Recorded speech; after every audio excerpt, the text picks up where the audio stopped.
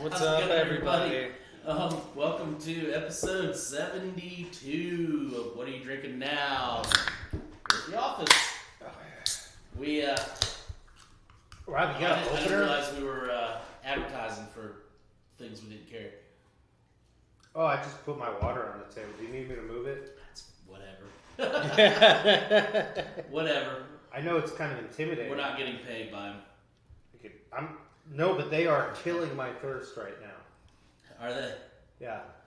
So, tonight we are... You got an opener? We are... Oh, I got distracted. Of course I got distracted. Let's see if Christina's listening. Yeah. Palate cleanser tonight for me is Doc's Pumpkin Cider. That's new this week. This is probably the end of the pumpkin stuff for the year. If you like pumpkin, you should try this because it's a really good cider, and there's not much left. What you got over there, Nick? I'm going on a hike. I got some boots today, so I got the Expedition Stout. God, I think I'm going to need all 6 Stout. inches of those boots. This is one of those things with bells. Yeah. Same great price. Actually, it was $1 more, and that's what should clue you in, because like Double Two Hearted, Expedition Stout. Yeah, this is 10.5. Nice. That's a great palate cleanser. Actually, yeah, it has a just an amazingly awesome neutral taste. Like I don't know how else to describe that. Like it's just there's a lot there, but there's almost like not much there. Nice.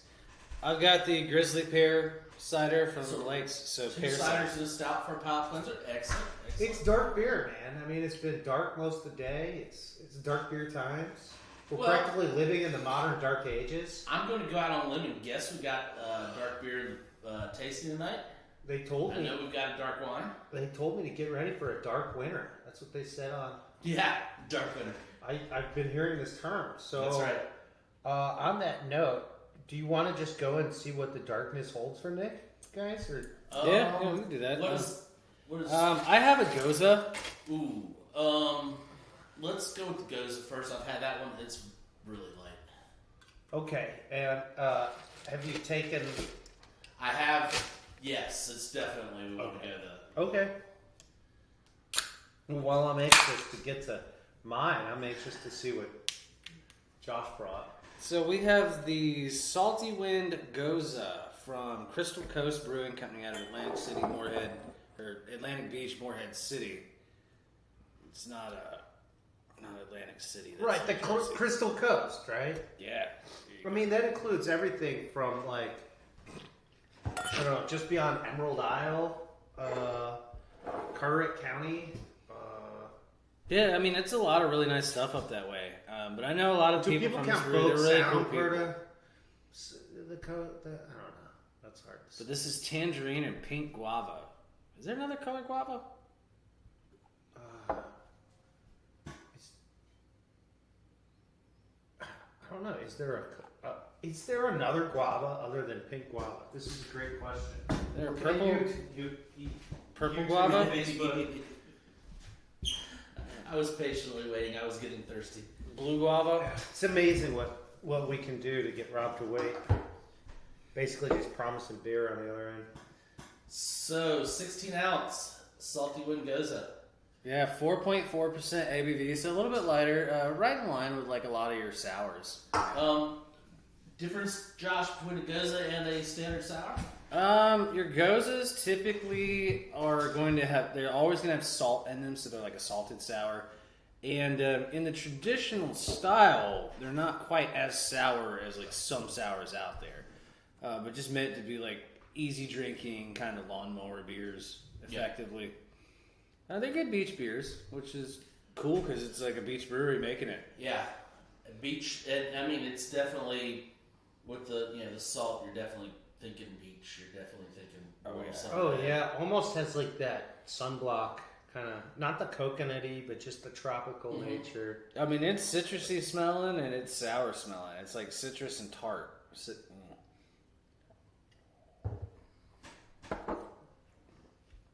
Definitely got the tartness going on. I definitely could do this. The sunset kind of setting over our lake on the deck out in our yard as we start the fire up. Mm-hmm. That's my feeling on In this. fact, I think that I had one of these at the fire the other night. I had one of the compatriots to that the sunset. Yeah, I'm gonna say I like this, but I'd like the sunset better. Well, that's an Imperial. This is a little bit lighter. There is something that I dig about this. I wasn't sure I dug it at first when I first was tasting it, but following how this taste ends, there's this like little kick from the malt. Gives me a little nuttiness or something. Yeah, the texture's a little light for me, but I mean that's also good for a gose, you know. There it is again. So I don't know what you guys would call that. So there's, to me, I think we talked about this before. Guava and like peach, they kind of have this funk on the end when they Get fermented. That might be what that is. Christine always says guava tastes like dirt, right? Yeah. You know what she's always saying in here. Or that it literally just doesn't have much taste, and so the fermentation of it kind of really reduces it. Guava was a popular fruit this year for brewing, wasn't it? Yeah, I'm curious as to see if there was a reason why, or if it was just. But I mean, you know how brewers go. It's like everyone gets like a crazy idea, and everyone does it. Somebody gets a good one, and I everyone wonder, tries to copy. you know, where all is guava grown? I'm imagining that Hawaii is one of the main producers, so there might be something to. I don't know that I've seen a guava in person. Yeah, I'm sure I have, But I can't recall it. Yeah.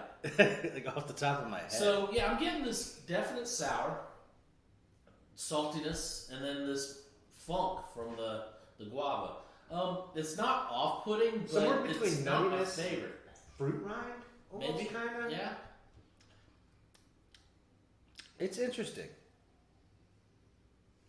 I still So- think it's a refreshing beverage. I agree with you. It's refreshing. However,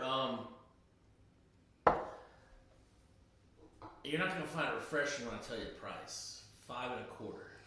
That's a lot. It's not like the other, which is Imperial. Yeah. And I'm not getting wowie wow here. mean, Wowie wow. That's right. That's right. When I first put this out, I was like, that better be really good. And it's, to me, it's good, but not really good.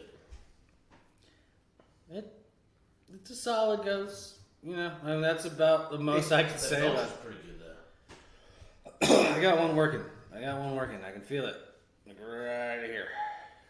It'll get you where it goes. After that fun. Yeah, let me... Is this the bottoms up club?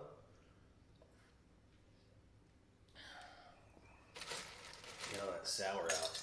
Rob calls it the funk. I don't know. I don't know what to call it. But on the nose in those sips, especially in the pounding sips, becomes more and more persistent. That may affect my rating. Yeah. Oh, Rob, your sparkling water doesn't look like mine. No, because mine's a cider.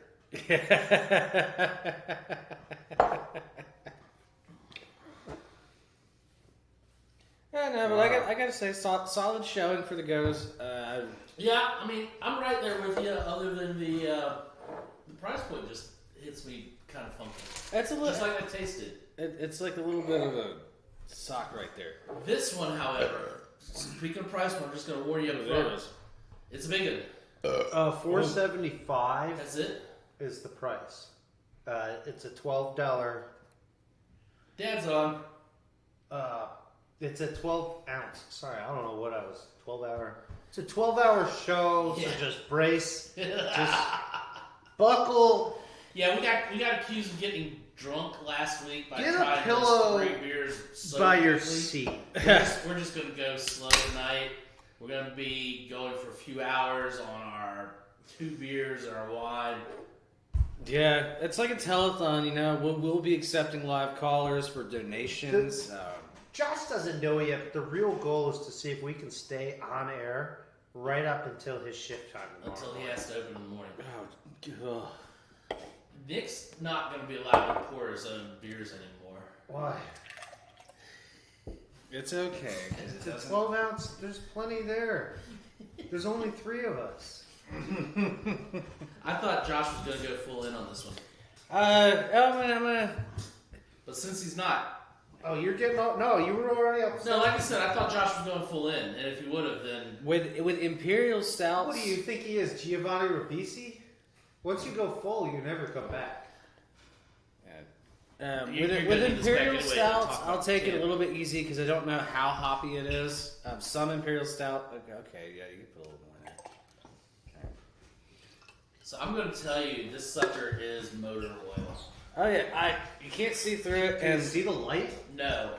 the head, Don't even see the light on the other side. the foam itself is darker than He's most not beers. You know, There's no translucence to it. No. This So, is not opaque. This is what you said, 475 for 12 ounce. So Yeah. give them the ABV on and why this is 475. That's another 10.5er. I'm sensing a theme with Nick tonight. it's only 10.5. I thought it was 12.5. 10.5. Huh. It must have felt like 12. No, the one I'm thinking is 12 is the Dead Man's Suit and Tie. That beer will get you. Yeah. So this one doesn't have the peppers. In that So one. the toll, this is a reference to the toll such like a miller would charge for milling grain into flour. And I believe this comes from the old, Yates Mill in Raleigh, longest standing operational mill. Chocolate. I thought the longest standing operational mill in North Carolina was actually a co-op and doesn't have a milling fee, but I'll get around that. So if you guys who are watching want to comment in, feel free. Go down to the bottom, write a comment. You should be able to. I've got them enabled. So this is the most luscious, robust offering from the brewery, which is called Raleigh Brewing. Raleigh. Did you just say rally? Raleigh, in the alley with Sally. What part of Chicago do you think I'm from? I think we're saying the same word. Say it again. Say it. No, just try me one more time. The capital of North Carolina is Raleigh. Raleigh. Yep, same word. Raleigh. Sir Walter Raleigh.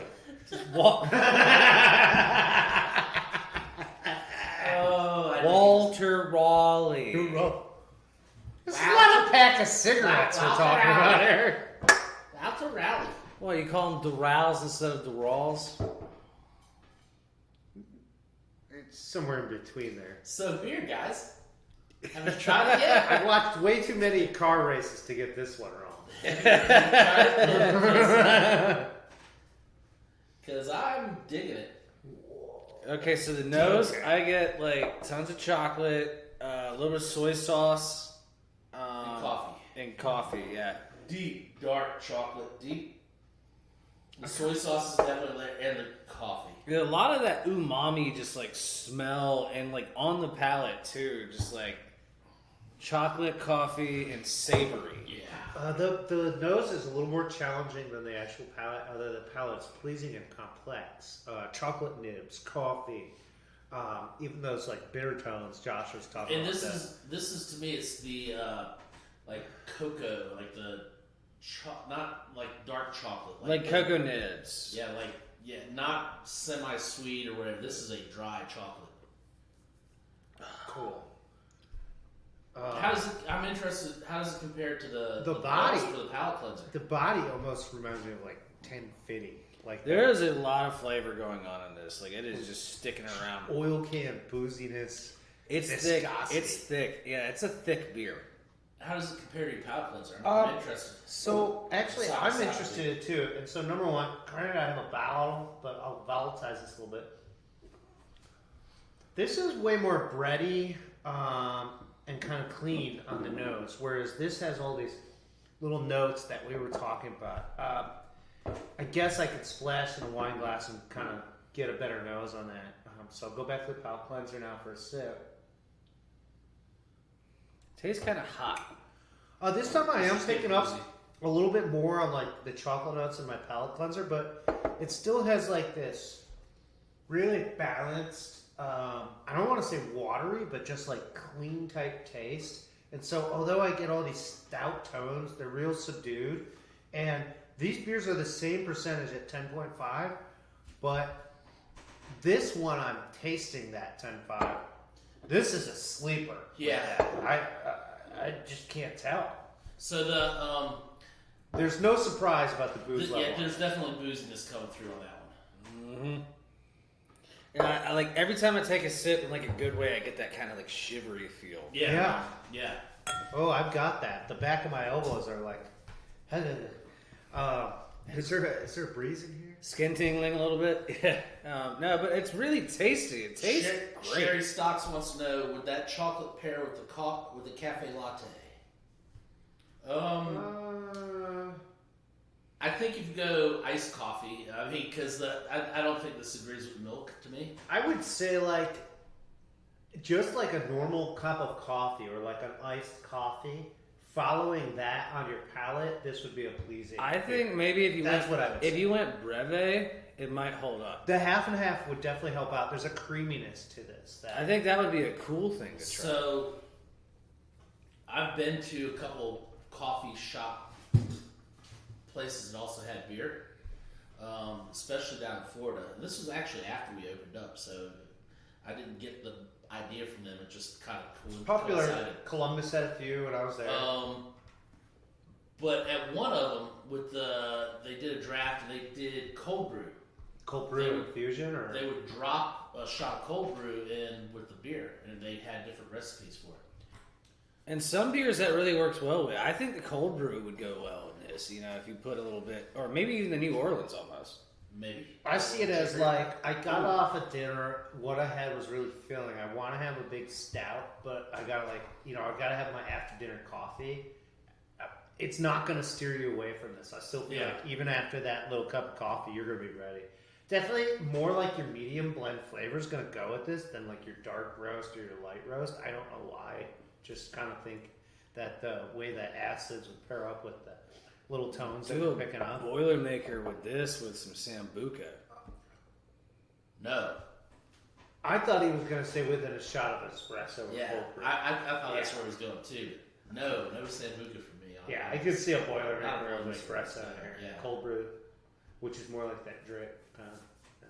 Yeah. Ooh, ow. That's all I got to say about Or that. maybe like Tia Maria, Kahlua. I can see adding Kahlua or Tia Maria to this. Yeah. Yeah. Not slamming down Boilermaker. Or like black Sambuca. You can stop by the brewery, check them out. They want you to come by. They brew with the community, so I don't know what that means. They we combine brew house and home brew store. Oh, that's what they mean. So kind of like yeah, I think this would maybe be a good place if you're headed up to Raleigh and you're kind of like wanting to know more about craft beer. Might be a good place to just check into. I'm not going to say it's a museum. It's definitely commercially oriented. Like, like they're making beer and they want to sell you products or beer. But Raleigh Brewing's always done some pretty solid beers too. This is our first foray into Raleigh Brewing, I think. Just like the Crystal. So was Raleigh Brewing a brew store before it was a brewery? They were hitting the scene. They did their own self-distribution. Kind of like Wilmington. And they did self-distro for a while, and they hit the scene down here right about the time that I was doing a lot of the stuff for Check 6. So, woo! Good God. Okay, I'm officially warmed up for the winter. Yeah. You know, you got your winter warmers. That's the real deal. So, we got. I can't even taste that cider. Does anybody want to try some of the expedition just to compare? I actually wouldn't be opposed to trying just a swig, just to. I'll throw some in here for you. So we got Raleigh and the Crystal. The two beers we tried a new distributor. Also, they have New Serum, and they have Green Man. I got the lager and the IPA from New Serum. I've been digging New it. Serum stuff. Price is right. They give you high alcohol levels, which is interesting. The lager itself was like 6 something. Not usual out of the lager. The IPA was like 8.2. Yeah, those are a little bit higher than normal. Yeah. Which I think is part of how New Serum was catching some tough press to begin with. Well, what about, and then they also have the official craft beer of the Carolina Panthers. That's what we got from also the Thirst and Gold. Thirst and Gold. That's why that's. So did you guys notice blueberry chunks in the bottom of that? No, I didn't. It wouldn't surprise me, but no, I didn't. That makes sense why the label's Carolina Yeah. blue, like Panthers blue. Yeah, that's they're the only craft beer in the stadium. Dude, oh my god, I thought the Panthers had it this weekend, man. It was so close. I did too. That field goal. Did you see that? That field goal. To try to tie it up. Both look, it was NFL record. It would have been. it was good football both halves, but the end of each half. That's the one that was Panthers like made this 6 inches shy. incredible my God. effort. First Straight half down we the got middle the and- fumble, and then we completed the touchdown. But freaking the miracle, man! Drew Brees shows up, and in like a minute 15 seconds puts another touchdown in. That was just going into the hack. So when it came to the field goal, Okay. I wanted to see it go in, but I was like, man, I feel like I already know what's happening in this game. I see what you say about well-rounded on this one. Yeah, so and that's classic to Bell's. Is even think about how that the double two-hearted. Nobody believes us that it's like an Imperial Ale. They're like, no way. Yeah, until you drink 3 of them and you can't get off the couch. Wine guys. Oh yeah, without a doubt. You know, So if I'm not mistaken, both of you guys were sitting in the tasting with me on this one, correct? I kind Yeah, of I remember do this remember label. This seems like something familiar. and I remember we all went kind of nutso for it. I think there were a few other that really stole the spotlight on the tasting, but this one was like really good. Yeah, I kind of remember. Yeah, I think this was the same tasting that we brought in, maybe Old Ghosts in. I believe it. Yep, I think it was the exact one. Which totally was a showstopper. Old Vine. Yeah, borderline ancient vine. Yeah, the only reason they didn't call it ancient was because they had a mixture of a couple years of vintages, and they just wanted to make it. When they go ancient wine, they want to keep it pure, one vintage. Yeah. So something we're I doing like the- about this, yeah. Frogiem, Father Guillaume. Yeah, or Friar, or however you want to take that. That's like the short for. Mont-Saint is the region, correct? And this is Yes? Spanish, right? Or is Mont-Saint the? I can't remember. No, Let's go to the label. Wasn't this the one brewed in like Mont-Saint is the region. Wasn't this the one brewed in like the Jesuit region or something? Yeah, it's called the Novice 2016, and then they say Discover the Path. Yeah, so novicio, as it's called, that is typically the term given to a monk in his first year in the priory. So that would be like his novitiate, is like so. So Mont-Saint is the region. That's the denomination. I'm trying to remember what the grapes in this were. I want to say Sangiovese. No, because it's Spanish. So it's got to be Tempranillo. Tempranillo, Grenache? and maybe Grenache, and maybe that would be Triggy. That's Portuguese. So this is labeled as red blend. Yes, this is definitely red blend. Well, let's not worry about picking out our vintages if we can't I mean, remember. they even just say red wine on the. Sometimes there's import definitely- labels will list. Sometimes import labels will not. Yeah, this is El Novices. Spain, we're learning, is undergoing a lot of change. They are doing some. especially with denominations, and Their cava, their so we might see some change where some names become more propriety, more region specific, and more varietal specific. their cava, their Albarino. I'd be curious to see if a lot of these changes that are going on are because the economy is basically being reconstructed like from the ground up. Because there were a few years Spain didn't have a government. There and parts of Spain were more governed than others. Yeah, like there wasn't like a federal government for a few years there. Well, and then when they joined the EU, they gave them a little more structure and so forth. But then take like Basque having its own independence movement. Take Catalan having its own independence movement. Literally, like Barcelona and those countries talking about becoming their own country. I always think Barcelona is Portugal. No, it's other coast. Yeah, that's why I just for whatever reason I just. What is it? The Costa del Sol? Barcelona, I guess that's maybe what they call it, but I was thinking Costa del Sol is the southern coast, which is like Cadiz, Andalus, and those states always have had a classically more independent, even anarcho setup, verging on communista. Yeah. So nose on this. I remember from the first tasting, this is just bright. Absolutely. Sweet, Yeah, I'm dark getting just fruit. Yeah, Yeah, the dark end of red into just. Yeah, I'm not getting a bunch of complexity as far as like spices or stuff. Maybe I do get a little bit. I do get yeah. But I would say the nose is But like it's so like bright dark fruit. yeah. Yeah, I wouldn't put that into exotic spice or anything. I like your idea of just like black pepper, fresh ground black pepper on top of some dark, deep red fruit. Maybe a little bit like fennel or anise, but that's about as far I kind as of I got can that on go. the nose. That's like as far as I could go. I didn't really follow on the palate. And then the palate, I think it comes across starting out. Now I've got to do a double take because I just had these stouts. Yeah, and that's why I wanted to challenge what I was smelling a little bit.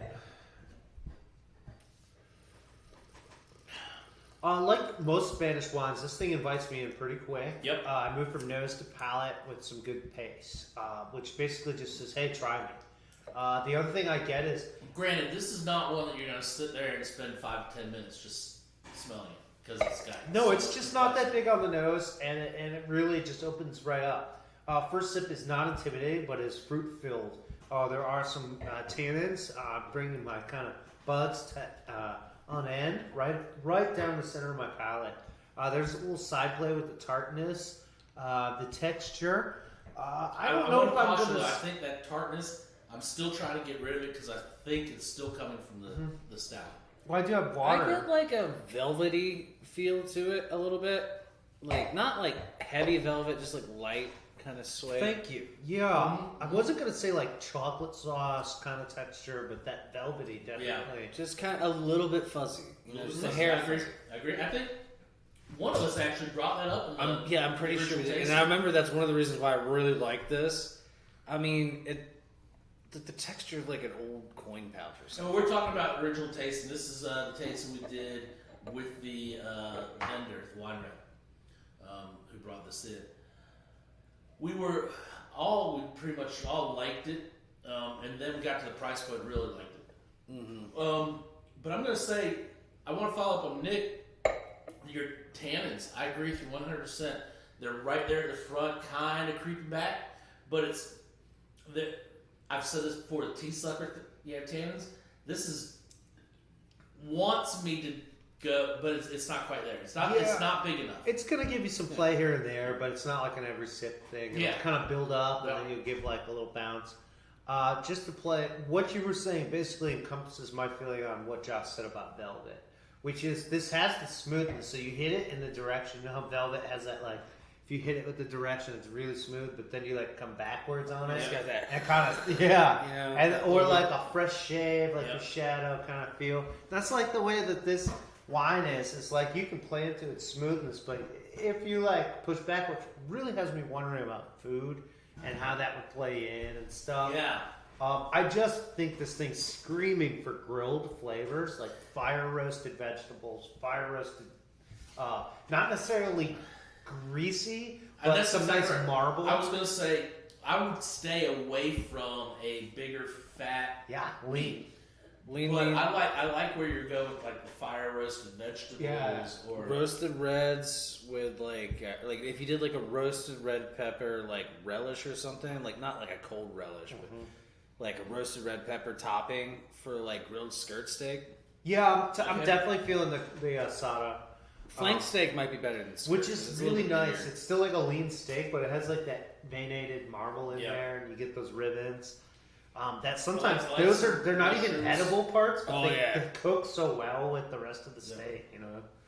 I definitely feel like, mushrooms could go right in that roast. Pepper medley with mushrooms. That's a There you good word for it. Right Which, there. you're right back to a nice, easy way to do that at home is a kebab. So this and some kebabs. Kebabs, yeah, definitely. Kebabs would be I great. think that's a great call. Especially that's kind of Mediterranean. I mean, it is a Mediterranean food, and Spain is.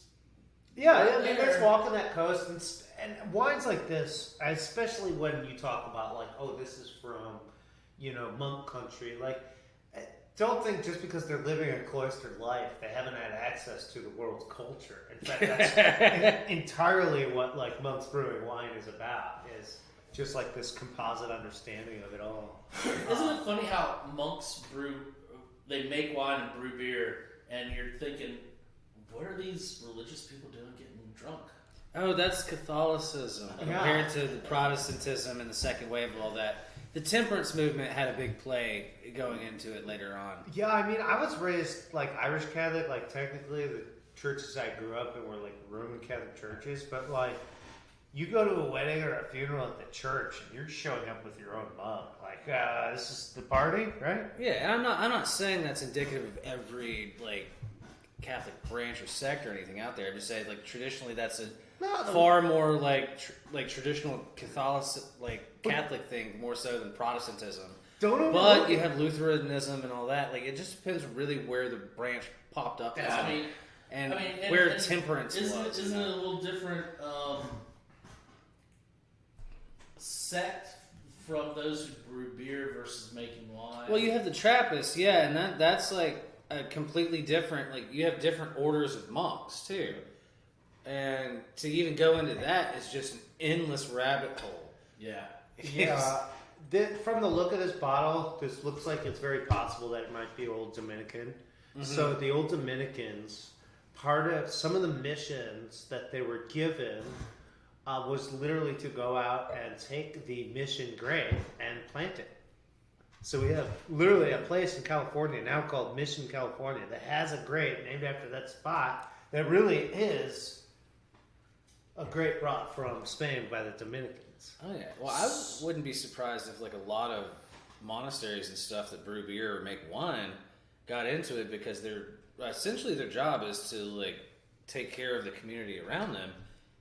The water has been dirty in Europe for years. That's a great point too. They used to brew beer and make wine because the fermentation killed the stuff that killed the people. Once you establish viticulture, you have a functional agricultural system going on. Plus, if you've been studying your grape and that varietal for like not just your lifetime, but like lifetimes before it inside of a monastery, you take that grape to new soil. You know what this grape does. You all of a sudden start getting different results. You now know what this soil does. And you can write back and say, hey, we could be planting lettuce. We could be planting this. It shows a pH like this. And this is before they had the science to do it. They were doing the science with the vines. It told them how much water, how they were going to do. Well, It goes to show you that there's something to be learned everywhere in life. It doesn't matter how mundane you think it is. There's always a lesson.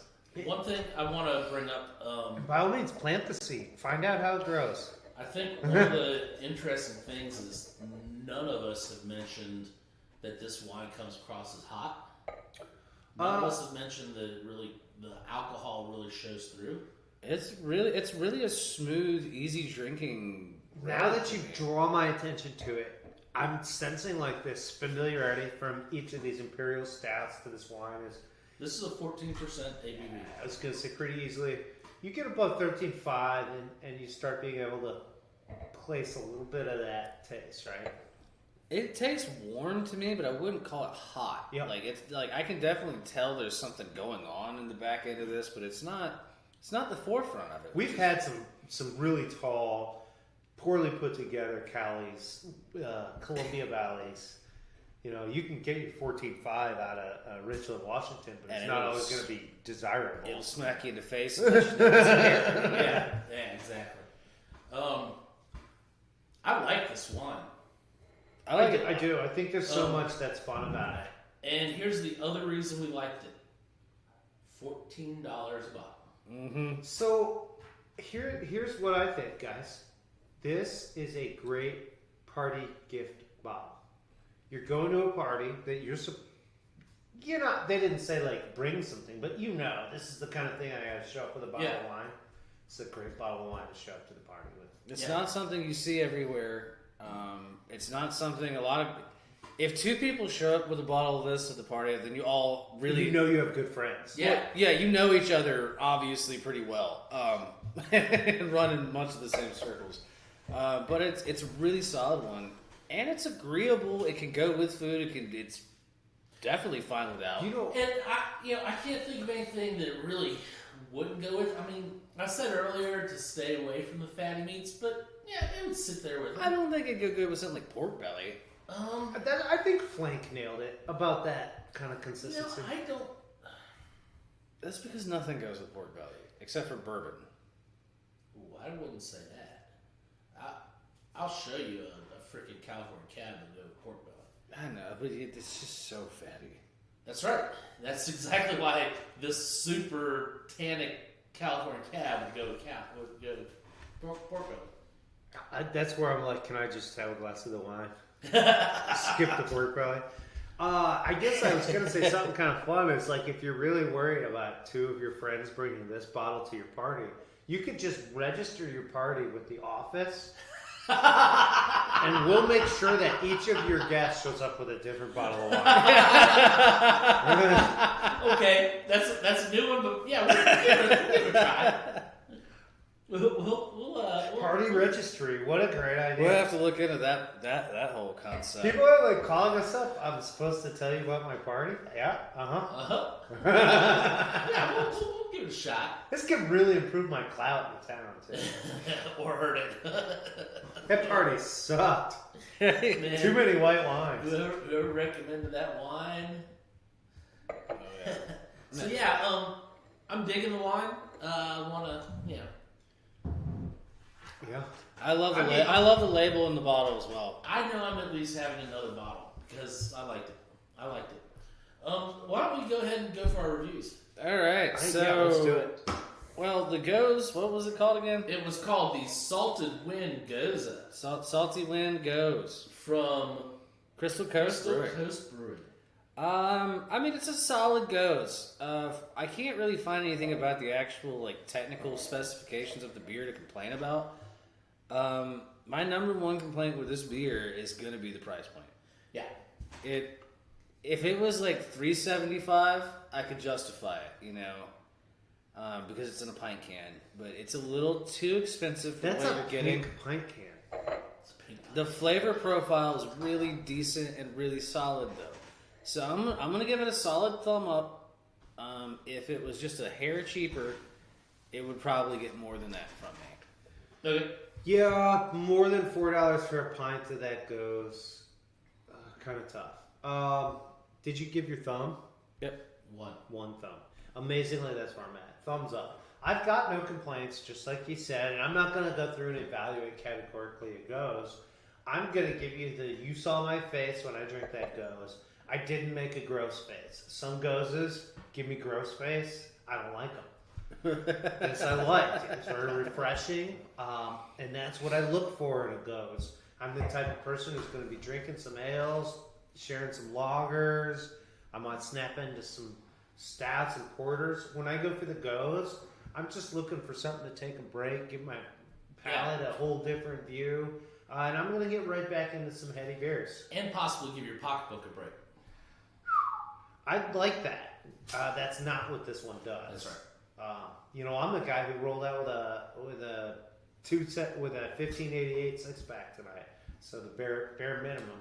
Mine was just over 17. And so that's those 275ers, and I love them. And I'm getting good ABVs. I'm getting good flavor. And so this one, I'm gonna have to say this is all about feel, aesthetic, look. And at that point, you're drinking a beer by the fireside. Something tells me you don't care that it's a $4+ pint. Yeah. So I'm going to echo both of those guys on this one. This to me, this is going to be. I'm guessing it's going to be better in draft. Probably. At the brewery that you're paying $6-7 a draft. It's probably $6. but you're not going to mind it being in draft there because it's just going to taste a little bit better. And the experience is there too. Yeah. That you're at the spot. I wonder if that's where guava really shines. So Everything shines on tap. So Even the tap. we have a pink guava and tangerine gose. I didn't get much tangerine. I really didn't either. I got the funk from the fermented guava. I got the sour. I got the salt. That was cool. Everything was cool about it, but the price, just like you guys said, I'm going to thumb on it also. Nothing blew me away about it to push that up. At the same time, nothing really detracted from it to pull it below one beyond the price point. My favorite part of it is probably the naming, like the label. I mean, it tells you right in the front it's going to be salty. Yeah, I mean it's a solid. But I label. literally Colors- drank that and I feel like I'm, standing on a deck over a salt marsh. And that's what they want, then that's what I I got. can get that, yeah, but I'm still getting the dinner after this thing. But if you're standing on the deck over salt marsh, you're paying less in weekly rental than you are paying in staying on the deck over the ocean. So to this, this is my boost to Crystal Coast Brewery. If you're paying that price and the ABV is getting you down, well, just go for the other selection. Go for the Imperial Berliner Weiss. I dug that Imperial Berliner Weiss to no end. I really did. And same guys, and it's even got a name that's going to remind you of a cocktail. That one, we'll say it was a Sunset Screwdriver, right? That one, I'd give that a 1.75. That was. Is it like the same price point? Because that's the one I haven't had. It's in the same neighborhood. It might be It $5.50. might be 50 cents more. Or okay. something. Yeah. Well, But it's an Imperial, so its ABV is higher, and it's really constructed a lot better. I mean, Okay. not to say this is constructed bad. This is like the channel marker, and that thing's the sunsetter. Yeah. yeah. All right. Cool. So, Nick, why don't you lead us into your beer? Cool. The toll. Ooh. The toll will make you pay the toll. Be careful of this thing, otherwise it'll become the troll. Yeah. Control toll. Don't be scared of this price tag. You're going to be very happy. It's worth every bit of that, just under a $5 pint by the time you pay your tax. Yeah, it's a $5 can, so it's good stuff. This is Imperial Stout, the toll, in-state from Raleigh. We don't see a lot of Raleigh brewing here, so we're We'll excited probably to see have more of them. toll in the house. My guess is that one of our distributors just got hip to it and wants to get it down here on the coast with the New distributor. And like I said, same distributor as these guys, same distributor as New Serum that we just got in. Yeah, so we're seeing some smaller market products get out Yeah. into our coastal market, which is really cool. And if this is just a sign of those things to come, I gotta say that's awesome. Specifically, how do my thumbs work with the toll? They seem to be working fine when I started. After having drank this beer and the Expedition Stout and that 14-point line, I don't think my thumbs can do much of anything anymore. But the toll is definitely getting a 1.75. I like this beer. This is good beer. You guys know I'm not like this dark beer proponent. Yeah, you're not a huge stout. I mean, you'll drink I them, like stouts, but you're not. but I'm not telling you stout is the best beer out there. Yeah. This makes me wonder if stout is actually the best category of beers type thing. Plus, I'm drinking it with the Expedition, and honestly, I don't know if I have a favorite. They're like both really good at different ways, and this is I what agree we with you. love about the dark beer Yeah. category. That a 10.5 stout from two different breweries can give us such different feels and different flavors, yet it looks like the same exact beverage. I gotta say, this one Maybe a little lighter, yeah. And then I think that shows in that taste. By and large, you guys did a great job, and I'm sticking with it. 175. Thank you. I'm gonna go just a hair lower, Yeah. but that's probably because I drink a lot. Today. Uh, Oh, sorry. Imperial stouts were like a go-to style for me for like a while, and there's a lot to be had out there. But this is a solid Imperial stout, so I'm gonna go 1.5 on this one. Flavor profile great. just like the color and everything, the texture is pretty good. If I have any gripes whatsoever, maybe I want it just a little bit roastier, smokier, Really thicker. Maybe I want just a little more out of it because I want just something so thick and cloying and palate-wreckingly crazy. You know, I got something for you that on my rating that I want more of, and I think you'll agree. yeah. There's very few things I can gripe about. So you want it like going a little more old raspy. Old Rasputin is a great example of an Imperial Stout. It's a hard one to beat, and it is kind of like one of those like things you measure against, you know. So if we're bringing up old raspy while we're talking about this, like Old Rasputin would be like the 2 for me, you know, and I would have to like. all right, so we're getting there. Yeah, And Josh wants to see Old more. Rasputin's your benchmark. yeah, it's effectively the benchmark. So you want to see some raisins and dates come crawling out. I may say Old Rasputin, maybe the 1.75, the benchmark, and then that way I can leave room to say the 2 is better, you know. Okay, so I you heard said 1.5, right? Yeah. All right, so both you guys, you're right. I thought I'm- I was getting I nervous. thought we were fired. Pure product, 175. Really, I think the 12-ounce can may pull it down at the 475 price point to 1.5. But I'm going to kind of go in between. You figure out what number in between. Here's what I think it's missing that I would like to see. I would like to see. It's already an Imperial, so we don't need anything else. I would like to see this in the 16-ounce nitro can. I think this pumped through with nitro, give it that little creaminess on the front end. I think that would be nice. Be interesting to see if they're serving nitro at the brew house. I think a nitro stout on that would be perfect. That would push, for me. That would probably push it to close to 2. Yeah.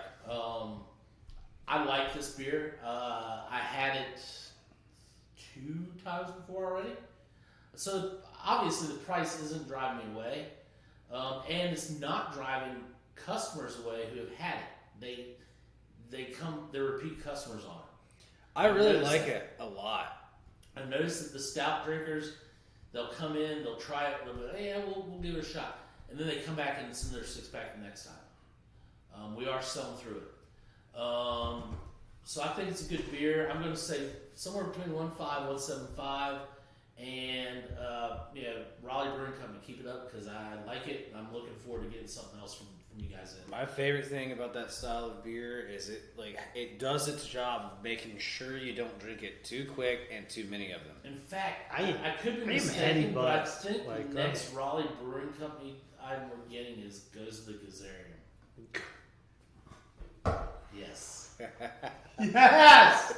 I think I'm pretty sure that's Raleigh. I could be mistaken, but I'm pretty sure that's Raleigh. So it's going to be a Gose, but just the play on words. I love it. The reference to Ghostbusters, especially since there's supposed to be a new one coming out if they ever get in theaters open again. I wouldn't worry about that. Sounds like James Bond's going to come out streaming. Our movie theater is going to die. It's no longer going to be an experience. We're going to do everything streaming because they're waiting on New York City to open back up. Anyway, I digress. So let's go to. When was the last time you saw a movie in New York City? No, but the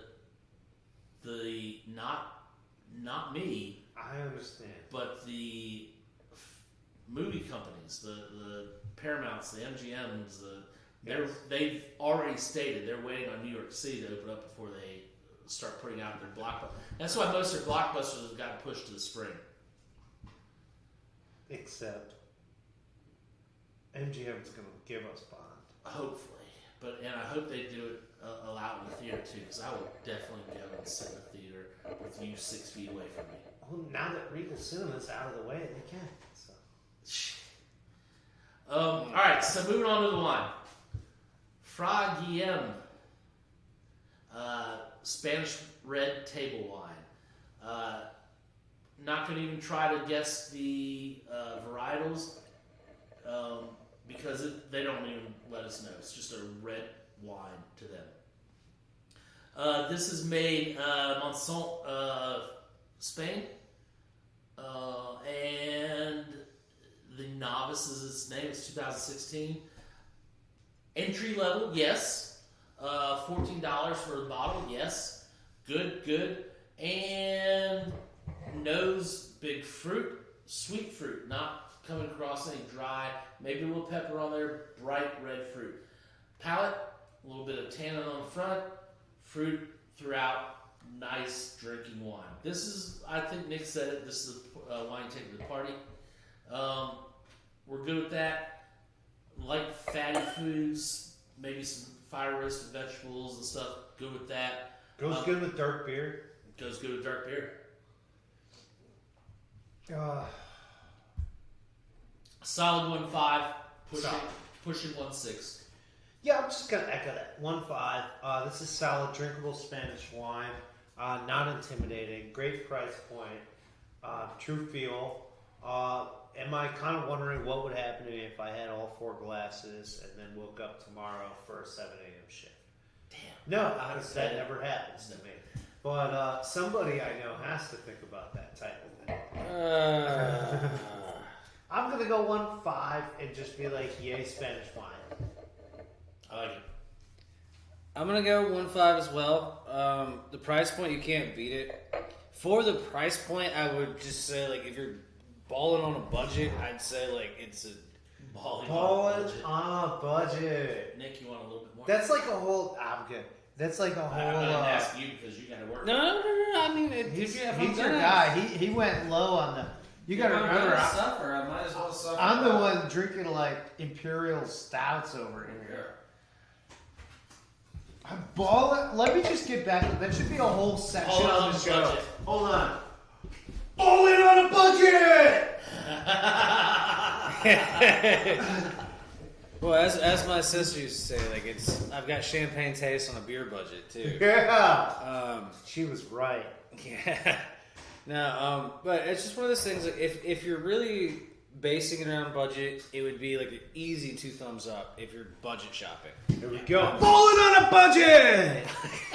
All right, go on with your rating. There's the wacky waving arm inflatable tube man. Yeah, who needs that? We got Nick. But no, a solid 1. That's how I wash dishes. Solid 1.5. It's a really, really good, easy drinking red. It's thoroughly enjoyable. It's hard to find something disagreeable in this wine. I'm just visioning me walking out one day when Nick gets out of his truck, walking out with a big 10-foot pole, running up the back of his shirt and sticking it in the ground. And just I've literally gotten customers in the store just by standing on the road doing what you're doing. Somebody stopped in. What are you doing? I'm waving you in. Well, it's like, I mean, I was just checking to make sure you're okay, but while I'm here, I could use a coffee. Yeah. Oh, Lord. What's wrong? Nothing. I was just checking to see if you were okay. I'm sorry. That was totally like the vision I couldn't resist. Wacky, wavable, inflating arm, Nick. Did you give a real outside of the 1.5. So once you're not balling on a budget, it's a regular 1.5. Yeah. All right. All on a budget's 2. But Matt, you better 1.5. use that. Yeah. The last, what was it, 2 minutes, 3 minutes of the show. All right, so guys, that was episode 70. What did we say? 70 what?